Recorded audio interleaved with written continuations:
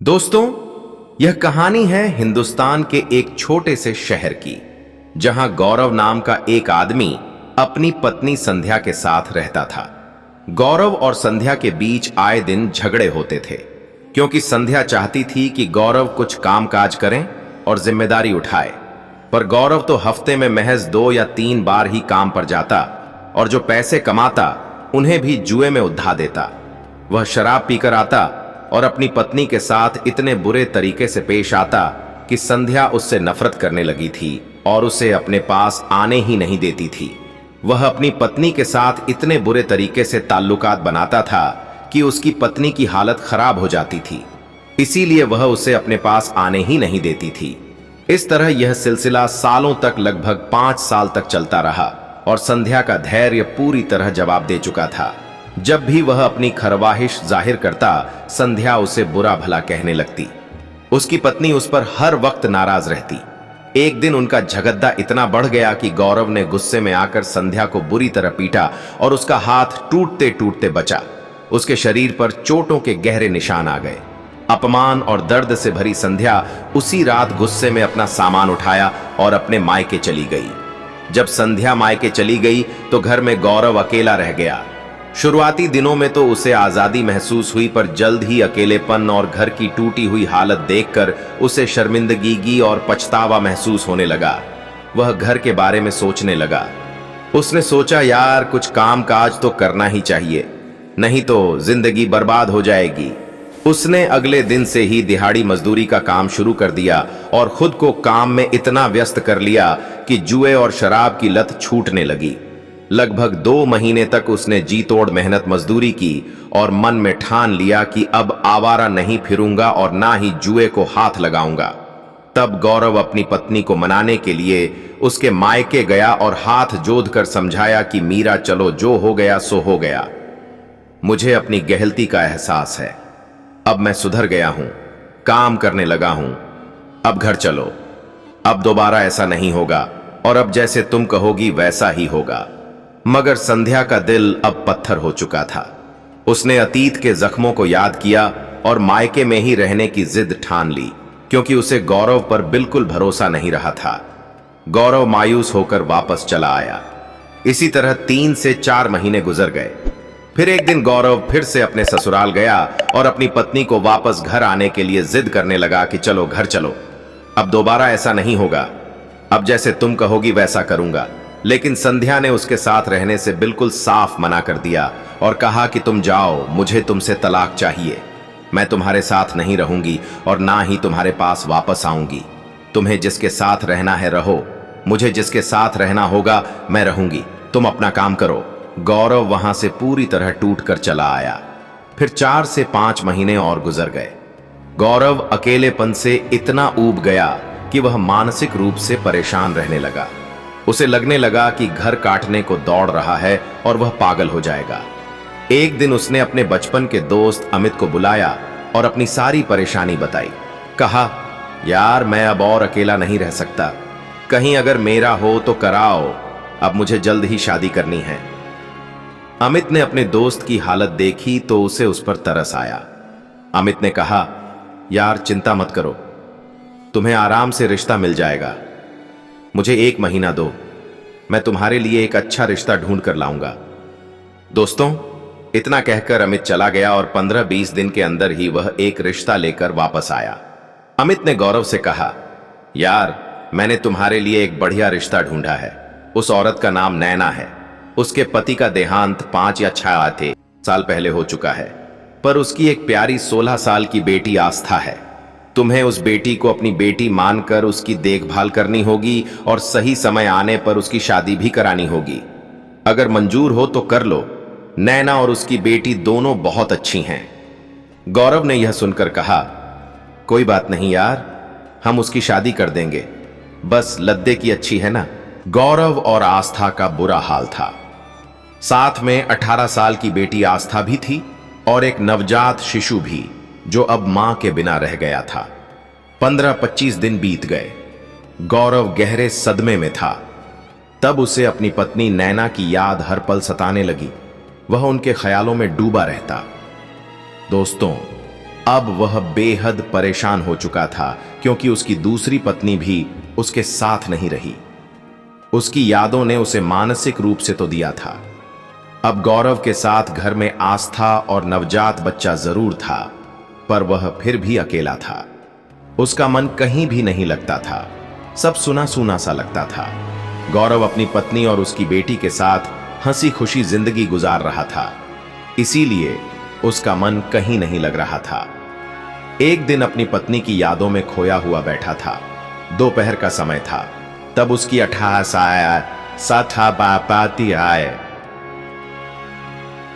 साल की लद्दकी आस्था नहाकर बाहर आ रही थी। आस्था उसके साथ उसके घर में ही रह रही थी, क्योंकि उसकी मां नैना की मौत के बाद वह अकेली पेड़ी डेच गई थी। आस्था जब गीले कपड़ों में बाहर आई तो गौरव एक पल के लिए ठिठक गया। उसे अचानक ख्याल आया कि नैना ने मरते दम तक अपनी बेटी आस्था की जिम्मेदारी उसे सौंपी थी। आस्था अब देखे बड़ी देह हो चुकी है और उसे संभालने वाला कोई नहीं। वह हैरान था और सोच भी रहा था कि घर में अकेले रहते रहते उसे यह भी समझ नहीं आया कि आस्था कितनी जल्दी बड़ी डीढ़ी और समझदार हो गई है। वह अपने दिल को बार बार समझा रहा था कि यार, यह मेरी जिम्मेदारी है। नैना की आखिरी निशानी, मुझे इसे संभालना है। गौरव ने सोचा कि अब उसका कोई सहारा नहीं और आस्था का भी कोई नहीं बचा, इसलिए अब दोनों को मिलकर ही इस मुश्किल जीवन का सामना करना होगा। फिर उसने आस्था को अपने पास बुलाया, उसे चारपाई पर अपने पास बिठाया और उसके बालों पर हाथ फेर कर प्यार से बोला, अंशिका, तुम्हें तुम्हारी मां की याद आ रही होगी। जब भी मन भारी लगे मेरे पास आ जाया करो, हम दोनों एक दूसरे का सहारा हैं। आस्था की आंखें भर आईं। वो चुपचाप सिर हिलाकर बैठ गई, क्योंकि उसे पहली बार एहसास हुआ था कि गौरव सच में उसे अपनी जिम्मेदारी समझकर संभाल रहा है। तुम्हें घबराने की जरूरत नहीं, वह आस्था के सर पर हाथ फेर कर बालों को सहलाता था। आस्था अब सहज महसूस करती थी, सोचती थी, यह तो मेरे अपने हैं जो मुझसे बहुत प्यार करते हैं। अगर मुझे दुलारते हैं तो इसमें क्या गलत। पर गौरव के मन में तो वासना का बेमाया विष भरने लगा था। धीरे धीरे वह आस्था के करीब आने लगा।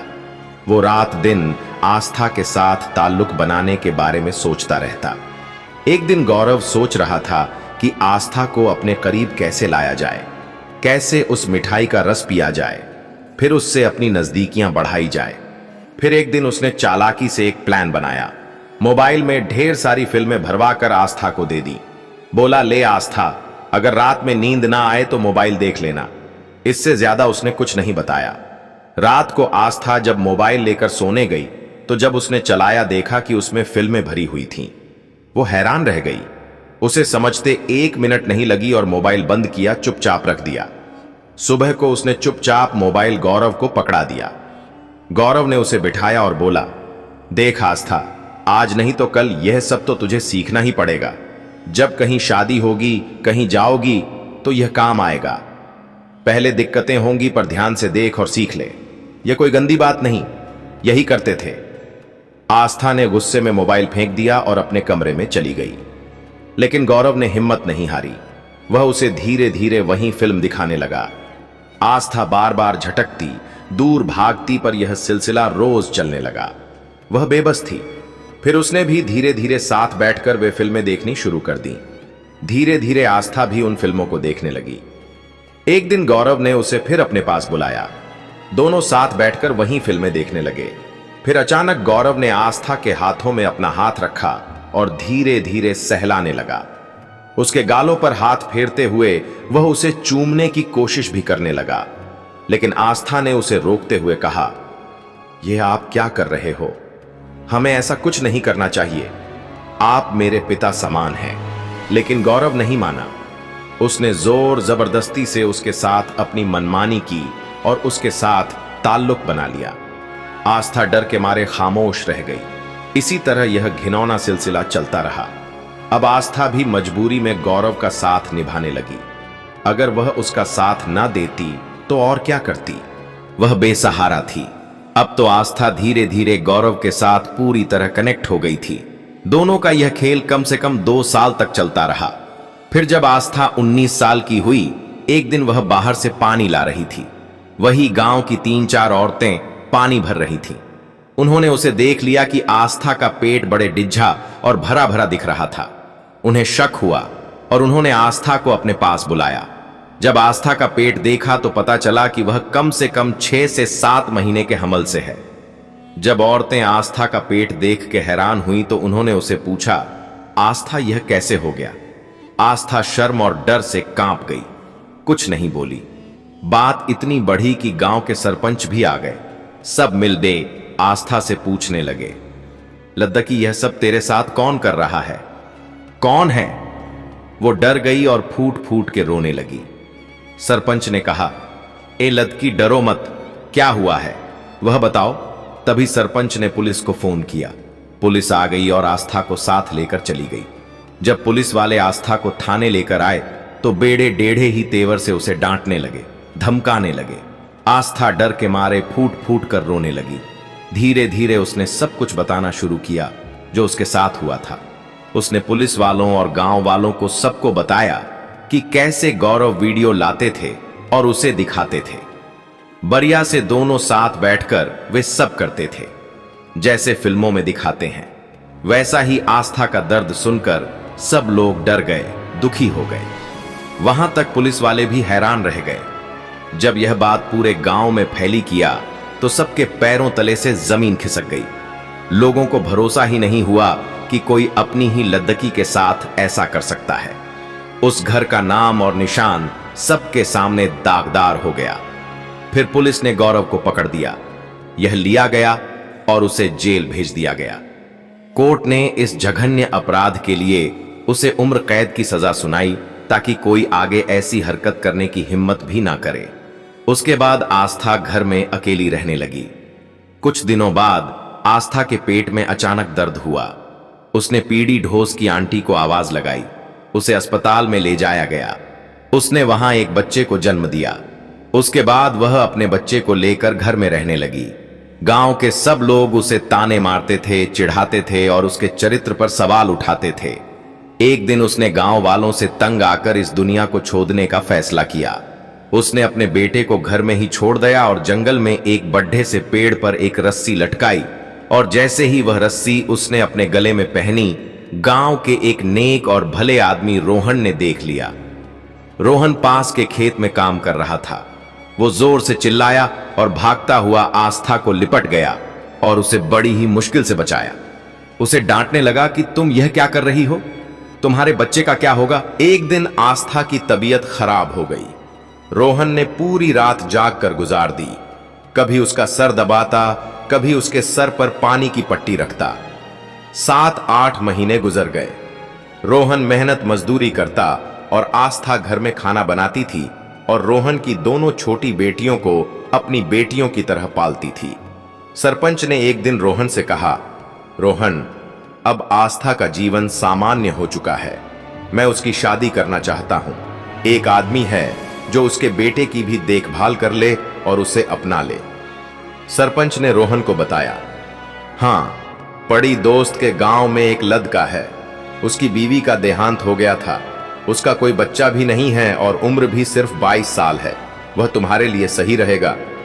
रोहन सुनते ही मायूस हो गया क्योंकि उसे अब आस्था की आदत हो गई थी। लेकिन आस्था ने महसूस कर लिया क्योंकि जब सरपंच रोहन से बात कर रहा था, आस्था भी घर में ही थी। गांव में पंचायत बुलाई गई। सबने यही तय किया कि आस्था की शादी उस लड़के से कर दी जाए। वह उसका हम उम्र है और जिंदगी अच्छी गुजरेगी। पंचायत में आस्था को बुलाया गया। सरपंच ने उससे पूछा। आस्था ने कहा, हां, मैं शादी करना चाहती हूं। मैं भी शादी की ख्वाहिश रखती हूं, लेकिन मैं उस गांव के लड़के से शादी नहीं करना चाहती। सब एक दूसरे की तरफ हैरानी से देखने लगे। आस्था ने कहा, मैं रोहन से शादी करना चाहती हूं। सब लोग हैरान रह गए और रोहन के पैरों के नीचे से जमीन निकल गई। सरपंच ने कहा, यह तुम क्या कह रही हो? रोहन तो वैसे भी तुम्हारे बाप की उम्र का है। आस्था ने कहा, सरपंच साहब, बाप की उम्र का तो है, बाप तो नहीं है ना। मैं शादी, अगर आप रजामंद हो तो शादी करूंगी तो सिर्फ रोहन से ही करूंगी। मैं तो कब की उसे अपना पति मान चुकी हूं। उसने मुझे मौत के मुंह से निकाला है। सरपंच ने कहा और गांव वालों ने भी सबने एक साथ कहा, तुम रोहन से क्यों शादी करना चाहती हो? आस्था ने कहा, वह बहुत भला आदमी है, मेरी बहुत अच्छी तरह देखभाल करता है, मेरी तरफ कभी उसने आंख उठाकर भी नहीं देखा। मैं ऐसे साफ सुथरे अच्छे आदमी के साथ क्यों ना शादी करूं? और वैसे भी दूसरा आदमी पता नहीं कोई मेरे बेटे को अपनाएगा या नहीं। रोहन मेरे बेटे को बहुत प्यार से रखता है, बिल्कुल अपनी बेटियों की तरह। मैं उसके घर में खुश हूं और उसके घर में ही रहना चाहती हूं। आस्था के सच्चे प्यार को देखकर सरपंच ने हामी भर दी। उसके बाद आस्था ने रोहन से शादी कर ली और दोनों खुशी खुशी रहने लगे। आस्था रोहन की दोनों बेटियों को भी अपने बेटे की तरह खुशी खुशी रखने लगी। इस तरह दोनों अपने बच्चों के साथ अपनी हंसी खुशी जिंदगी गुजारने लगे। दोस्तों, यह थी आज की कहानी। जिंदगी हर किसी को एक और मौका देती है, बस आपको सही रास्ता चुनना होता है।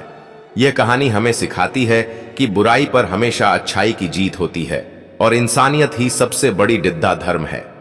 दोस्तों, अगर आपको यह कहानी पसंद आई हो तो इसे लाइक करें और हमारे चैनल शैडो स्टोरी को सब्सक्राइब जरूर करें और ज्यादा से ज्यादा लोगों के साथ शेयर करें ताकि यह प्रेरणादायक कहानी सब तक पहुंच सके।